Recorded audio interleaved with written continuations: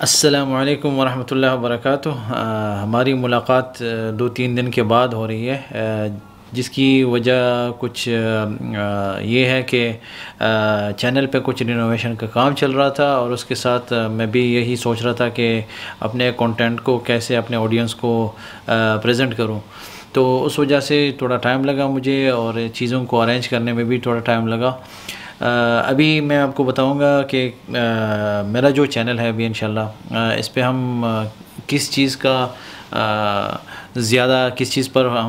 کو ہم فوکس کریں گے اور کس چیز کو ہم زیادہ پریزنٹ کریں گے، اور کیا نام ہے کہ ہم ابھی آپ کے ساتھ میں اپنا اسکرین بھی شیئر کروں گا کہ میں آپ کے لیے کیا لایا ہوں آج۔ ابھی جو ہمارا یوٹیوب چینل ہوگا اس میں چیزیں ہوں گی انشاءاللہ تین قسم کے کنٹینٹ کو میں آپ کے ساتھ انشاءاللہ شیئر کرتا رہوں گا۔ پہلا یہ ہے کہ ہمارا اصل مقصد بھی یہی تھا، شروع سے ہی میں آپ کو بتاتا رہا کہ ہمارا جو مقصد ہے وہ قرآن ہے، اور قرآن جو ہے اس کی زبان عربی ہے، اور عربی جو ہے اس کے لیے سیکھنا ضروری ہے، کیونکہ اگر ہم عربی کو سمجھیں گے نہیں، سمجھ میں کچھ نہیں آئے گا تو ہم قرآن کو کیسے سمجھیں گے۔ اور قرآن کی جو عربی ہے بہت ہی آسان ہے، کوئی مشکل نہیں ہے اس میں۔ اللہ تعالیٰ نے قرآن کو جو ہے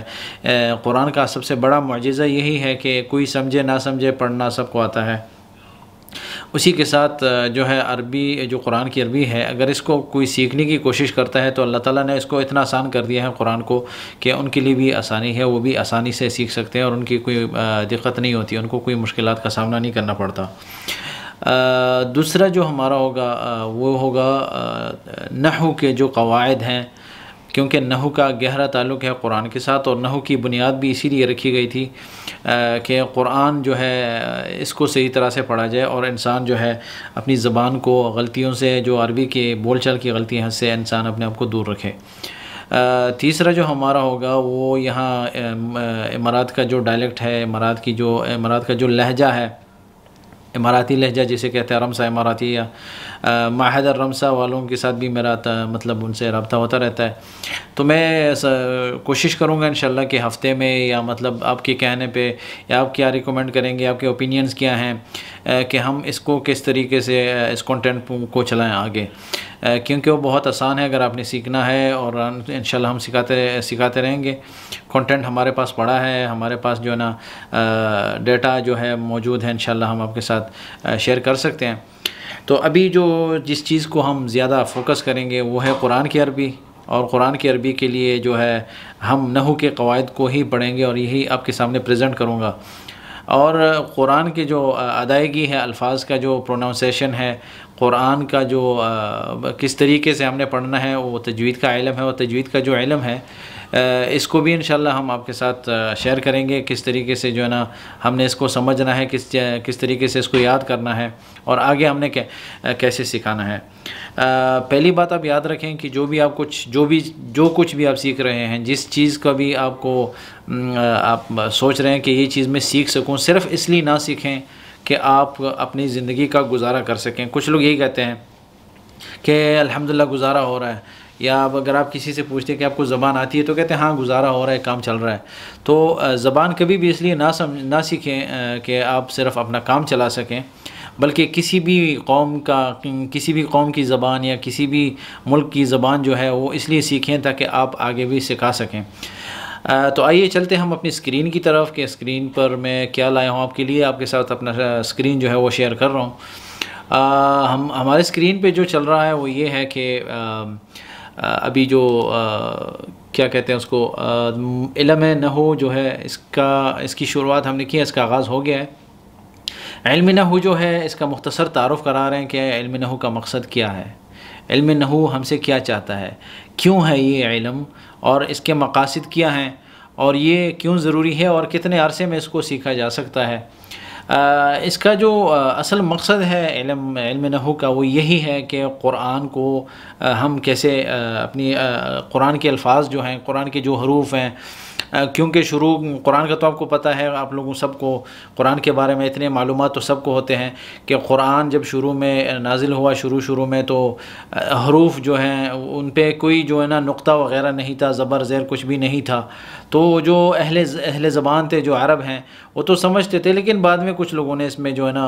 غلطیاں شروع کی، جس کی وجہ سے جو ہے نا قرآن حروف پر نقطے لگانے پڑے اور اس کے ساتھ جو ہے زبر زیر لگانا پڑا. تو اس کے لیے بیہائنڈ دا سین جو ہے، یا مطلب اس کے پیچھے یہی ریزن ہے کہ علم نحو کا بنیاد بھی اسی لیے رکھی گئی تھی کہ علم نحو اسی لیے سمجھا جائے، اسی لیے سیکھا جائے اور اسی لیے سکھایا جائے. ہم نے سب سے پہلا جو لکھا ہے کہ قرآن کو کیسے سمجھیں.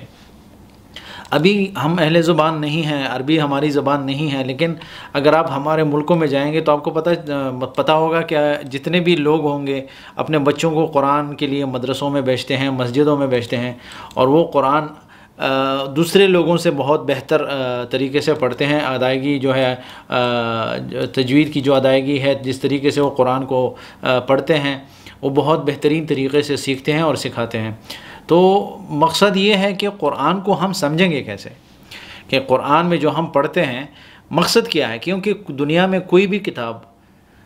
کتاب دنیا میں، جس کو ہم مینول کہتے ہیں یا جس کو ہم گائیڈ کہتے ہیں، یا مطلب جو بھی کتاب ہوتی ہے، کتاب کا اصل مقصد وہ نہیں ہوتا کہ یہ کتاب پڑھنا ہے، بلکہ کتاب میں جو ہے کچھ مقصد ہوتا ہے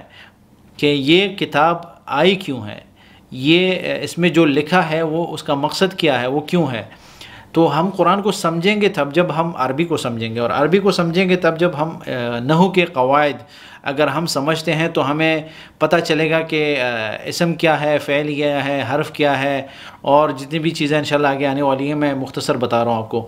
تو ہم ان چیزوں کو بنیاد رکھیں گے. سب سے پہلے ہم یہ سمجھیں گے کہ ہم یہ علم جو شروع کر رہے ہیں یہ اسی مقصد کے لیے ہے، یہ علم کہ ہم قرآن کے الفاظ جو ہیں، قرآن کے معانی، قرآنی آیات جو ہیں، ان چیز کو ہم سمجھ سکیں گے انشاءاللہ، اور یہ ہمارے لیے بہت آسانی پیدا کرے گا انشاءاللہ یہ جو علم ہے. اس کے بعد ہم کہتے ہیں کہ نحو کی کون سی کتاب مفید ہوگی. میں آپ کو بتاؤں کہ کتابیں جو ہیں، آپ کو پتہ ہے کہ صدیوں سے کتابیں آتی چلی آ رہی ہیں، مطلب آ رہی ہیں، اور لوگ جو ہیں، جو بھی انسان یا جو بھی عالم فارغ ہوتا ہے، یا مطلب مدرسے سے جب اس کو سند ملتا ہے، یا مدرسے سے جو ہے نا وہ اپنا سند حاصل کر لیتا ہے اور پاس ہو جاتا ہے مدرسوں میں، اس کے بعد جو ہے نا بہت سے علماء اپنی کتاب لکھنا شروع کر دیتے ہیں. اور نحو کی کتابیں جو ہیں، آپ کو پتہ ہے کہ سینکڑوں سے بھی زیادہ آپ کو دنیا میں کتابیں ملیں گی. لیکن لوگوں کو ابھی اس چیز میں بہت دقت ہوتی ہے، یا ان کو بہت تشویش کا سامنا ہوتا ہے ان کو. وہ یہ سوچتے ہیں کہ ہم ان ساری کتابوں میں سے کس کتاب کو چنیں، یا کون سی کتاب ہمیں فائدہ دے گی. دیکھیں، جتنی بھی دنیا کی نحو کی کتابیں ہیں، ساری کتابیں آپ کو فائدہ دے سکتی ہیں. ساری کتابیں جتنی بھی ہیں وہ فائدے کے لیے ہی لکھی گئی ہیں. لیکن انتخاب کیسے کریں، اور آپ کو مطلب کون سی کتاب، یہ جس کی وجہ سے آپ کو کنفیوژن کو دور کرنے کے لیے میں آپ کو بتاؤں کہ آپ نے کتاب کو اس لیے نہیں پڑھنا کہ آپ بھی اس کی تشریح نکالیں، کیونکہ وہ آلریڈی اس کی تشریح ہو چکی ہے. لیکن بدقسمتی سے یہ ہوتا ہے کہ بہت سے علماء یا بہت سے جو ہماری طرح لوگ ہیں، وہ کیا کرتے ہیں کہ ایک کتاب ہے جس کی تشریح ہو چکی ہے، وہ اس کے اوپر دوسری تشریح لکھنا شروع کر دیتے ہیں، جس سے عوام کو جو ہے اس چیز میں تھوڑی سی دقت ہوتی ہے، جس میں علماء کرام کی کوئی غلطی نہیں ہے، بلکہ عوام جو ہے ان کو تھوڑی مطلب یہی ہے کہ ہم عوام کو خود سے کوشش کرنے کی ضرورت نہیں ہے، عوام کو اپنی طرف سے خود کتابیں پڑھنے کی ضرورت نہیں ہے، ان کو علماء کرام کے پاس جانا چاہیے. تو کہنے کا مقصد یہ ہے کہ علماء جو ہیں وہ تو تشریح کر سکتے ہیں، ان کو تو پتہ ہے کہ یہ کون سا علم ہے، ہم کیا پڑھ رہے ہیں، کیا سکھاتے ہیں، کیا ہم نے پڑھا ہے. لیکن عام جو لوگ ہوتے ہیں ان کے لیے مسئلہ یہ ہوتا ہے کہ وہ سمجھتے نہیں ہے کہ ہم کون سی کتاب پڑھیں. تو کتابیں بہت سی ہیں، لیکن میں آپ کو بتا رہا ہوں کہ ہم نے ایسی کتاب کا انتخاب کرنا ہے جو مختصر ہو، لیکن سمجھانے میں بہت اعلیٰ کتاب ہو، جو ہمیں بہت زیادہ سمجھا سکے. اس کی مثال میں آپ کو دیتا ہوں کہ شروع میں سمجھیں کہ ایک کتاب تھی، چھوٹی سی کتاب تھی نحو کی، یا مطلب نحو کی کتاب نہیں تھی، یا اس کی ضرورت ہی نہیں تھی. بعد میں اس کی ضرورت پڑی، نحو کی کتابیں لکھی گئیں، چلتے چلتے تشریحیں ہوتی رہیں، آخر میں ابھی ہمارے پاس یہ آیا کہ بھئی کون سی تشریح پڑھیں۔ مطلب ابھی ہم یہ ہے کہ تشریح سے ہم مختصر کی طرف جا رہے ہیں، اصل کتابوں کی طرف ہم واپس جا رہے ہیں۔ تو اس پہ بھی انشاءاللہ آگے باتیں ہوں گی کہ کون سی کتاب ہمارے لیے مفید ہوگی اور کس کتاب سے ہم نے پڑھنا ہے۔ اس کے بعد کہ تجوید کا نحو کے ساتھ کیا تعلق ہے۔ آپ کو شروع میں بتایا کہ ہمارا یہ جو علم ہے جس کو ہم آگے سیکھنے کی ابھی انشاءاللہ سیکھنا شروع کریں گے، اس کا مقصد کیا ہے کہ یہ جو علم ہے اس کا تعلق تجوید کے ساتھ کیا ہے۔ تجوید جو ہے یہ قرآن کے الفاظ کی ادائیگی ہے جس طریقے سے ان کو ادا کرنے کا حق ہے، اس کو تجوید کہتے ہیں۔ یہ ایک مثال دے رہا ہوں، ایک مختصر سی بات بتا رہا ہوں آپ کو اپنے الفاظوں میں، ایک عام الفاظ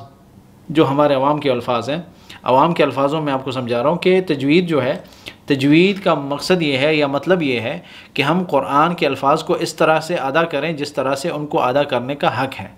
یعنی الف سے لے کر یا تک، عربی میں یا کہیں گے کہ الف سے لے کر یا تک جتنے بھی حروف ہیں ان کو ان کے مخارج سے ادا کرنا، ان کو ان کا حق دینا کہ جو حرف کا جو حق ہے وہ حق اس کو دینا کہ اس کو اپنے مخرج سے ادا کرنا۔ تو تجوید کا نحو کے ساتھ تعلق یہ ہے کہ اگر آپ نحو نہیں سمجھیں گے تو آپ کو تجوید میں سمجھ نہیں آئے گی کہ فعل ماضی ہے یا فعل مضارع ہے یا فعل مستقبل ہے یا امر ہے، یہ کون سا صیغہ ہے۔ تو یہ چیزیں جتنی بھی ہیں سارے تجوید کا اور نحو کا بہت گہرا تعلق ہے، آگے جا کے انشاءاللہ آپ کو سمجھ آئے گا۔ اور میں نے یہ سارے جتنے بھی یہ جو آپ کو نظر آ رہی ہیں آئیکنز یا PNG فائل جو میں نے ڈالی ہیں اس میں، یہ آپ کو سمجھانے کے لیے ہے کہ دیکھیں یہ قرآن ہے، قرآن کو کیسے سمجھنا ہے، ایک کون نحو کی کتاب کون سی لینی ہے، اور یہ جو ہے یہ آپ کو بتایا کہ ان دونوں کا تعلق کیا ہے، اس کا اس کے ساتھ اور اس کا اس کے ساتھ تعلق کیا ہے۔ آخر میں جو میں نے لکھا ہے کہ شروع کہاں سے کریں۔ شروع کہاں سے کریں کا مطلب یہ ہے کہ ہر آدمی پریشان ہوتا ہے یا مطلب تشویش کا سامنا ہوتا ہے یا مطلب اس کو کنفیوژن ہوتی ہے، وہ سمجھتا ہے کہ کہاں سے شروع کروں، کیا کروں، ابھی مجھے عربی سیکھنی ہے، ابھی مجھے قرآن سیکھنا ہے، آگے مجھے تجوید سیکھنا ہے یا آگے سکھانا ہے، کس طریقے سے کروں، کہاں سے شروع کروں۔ تو آپ کو گھبرانے کی کوئی ضرورت نہیں ہوتی اس چیز میں، جو ہے نا آپ کو صرف صبر سے اور تحمل سے کام لینا پڑتا ہے اور تھوڑا سا اپنے دماغ کو جو ہے نا مطلب ٹھنڈا رکھنا پڑتا ہے، سیکھنے کی کوشش کریں اور سیکھنے کی ایسی کوشش کریں کہ آگے جا کے آپ کسی کو سکھا سکیں۔ تو یہ مین باتیں ہیں، یہ جو چار چیزیں ہیں یہ مین باتیں ہیں، یہ مختصر تعارف میں کروا رہا تھا نحو کی۔ تو ابھی مثال کے طور پر ہم جا رہے ہیں نحو کی طرف۔ یہ جو پہلا سبق ہے مختصر سا بتا رہا ہوں، سبق نمبر 1 جو ہے لغت اور اصطلاح، کہ نحو کیا ہے، لغت میں کیا ہے اور اصطلاح میں کیا ہے۔ لغت میں نحو کا مطلب ہے کنارہ، طرف، یا مطلب جو بھی کتابوں میں لکھا گیا ہے، اور اصطلاح میں یہ ہے کہ ہم اپنی زبان کو عربی بولتے وقت ہر غلطی سے بچا سکیں، ہم اس طرح کے قواعد سیکھیں، عربی کو اس انداز سے بولیں کہ ہماری زبان کبھی بھی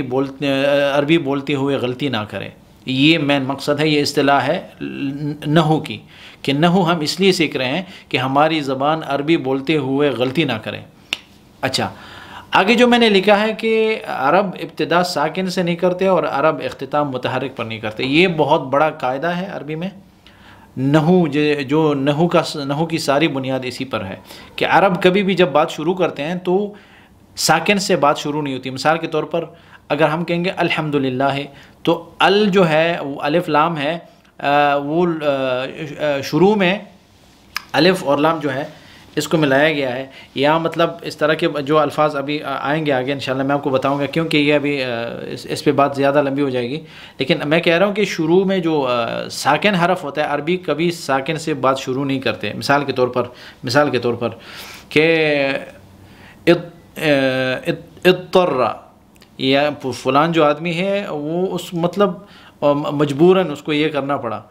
اضطر ہم نے شروع میں الف لایا، ہم شروع میں الف لگا رہے ہیں کیونکہ اگر ضاد جو ہے وہ اصل میں وہ یہاں پہ ساکن ہے، متحرک نہیں ہے، لیکن اس کو متحرک کرنے کے لیے ہم نے الف کو جوڑ دیا۔ ایک مثال دے رہا ہوں۔ تو عرب ابتدا جو ہے ساکن سے نہیں کرتے اور اختتام متحرک پر نہیں کرتے۔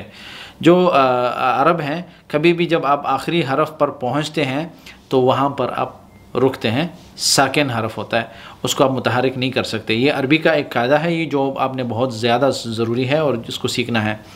جو آخری بات ہے اس ویڈیو میں وہ یہ ہے کہ عربی میں ایک چیز کو ہمیشہ یاد رکھیں، نحو میں، خاص کر نحو میں، نحو جو ہے پورے الفاظوں میں، پورے قرآن میں یا پوری زبانوں میں، عربی زبان میں ہر لفظ کے آخری حرف پر بحث کرنا یہ نحو ہے۔ مثال کے طور پر اردو میں اگر میں کہوں کہ عرب، تو عرب میں جو با ہے اس با پر ہم بحث کریں گے، یہ نحو ہے۔ اب ابتدا میں جو الف ہے اس پہ بحث کرنا یہ نحو ہے۔ ساکن میں نون پر بحث کرنا، سین اور بڑی یہ سے یہ پہ بحث کرنا، اور نہیں پر میں جو ہے نون گننا جو ہے اس پہ بحث کرنا، اور تے بڑی یہ پہ جو ہے نا یہ بڑی یہ پہ بحث کرنا، یہ جو ہے نا یہ نحو کا مقصد ہے۔ آج کا یہ جو ہمارا سبق ہے یہ اختتام تک پہنچتا ہے۔ یہ مختصر سی باتیں ہیں، آگے انشاءاللہ سبق شروع ہو رہا ہے انشاءاللہ، جو نحو کے آگے کیا ہے، الفاظ کون سے ہیں، کیا کرنا ہے آگے کیا، تو اس چیز کو ہے نا مختصراً شروع کیا ہم نے، اور اس چیز کو آگے بڑھائیں گے انشاءاللہ۔ آپ سے جو ہے نا گزارش ہے کہ ہماری ویڈیوز کو جو ہے نا دیکھتے رہیں، اور اپنے کومنٹس ضرور جو ہے نا کومنٹس کریں، ہمیں بتائیں کہ آگے کیا کرنا ہے، مطلب اس چینل کو یا مطلب جو ہمارے سبق ہیں اس کو زیادہ طویل کرنا چاہیے، مختصر کرنا چاہیے، کیونکہ یہ تو ایک لیکچر کی اس طرح ہو جائے گا، لیکن اس سے فائدہ یہ ہوگا کہ میں کوشش پوری یہ کروں گا کہ آپ لوگوں کی سمجھ تک یہ بات پہنچا سکوں۔ باقی جو ہے اللہ تعالیٰ سے دعا ہوگی انشاءاللہ کہ اللہ تعالیٰ ہم سب کو اس عمل میں کامیاب کریں انشاءاللہ، اور چینل کو سبسکرائب کرنا مت بھولیے گا، تاکہ جو آگے ویڈیوز آ رہی ہیں انشاءاللہ، اس سے تو یہ ہوتا ہے کہ ہماری حوصلہ افزائی بھی ہوتی ہے، اور یہ ہے کہ انسان کو جو ہے نا دل سے کام کرنے میں جو ہے نا یہ چیز مدد دیتی ہے۔ الحمدللہ دل سے کام کر رہے ہیں، لیکن میرا مقصد یہ ہے کہ آپ لوگوں کی طرف سے ہمیں اگر پازیٹیو رسپانس ملتے ہیں تو اس کا مطلب ہے کہ انشاءاللہ ہم آگے اس چینل کو لے کے جا سکتے ہیں انشاءاللہ۔ آپ سے دعاؤں کی درخواست ہے۔ والسلام علیکم ورحمۃ اللہ وبرکاتہ۔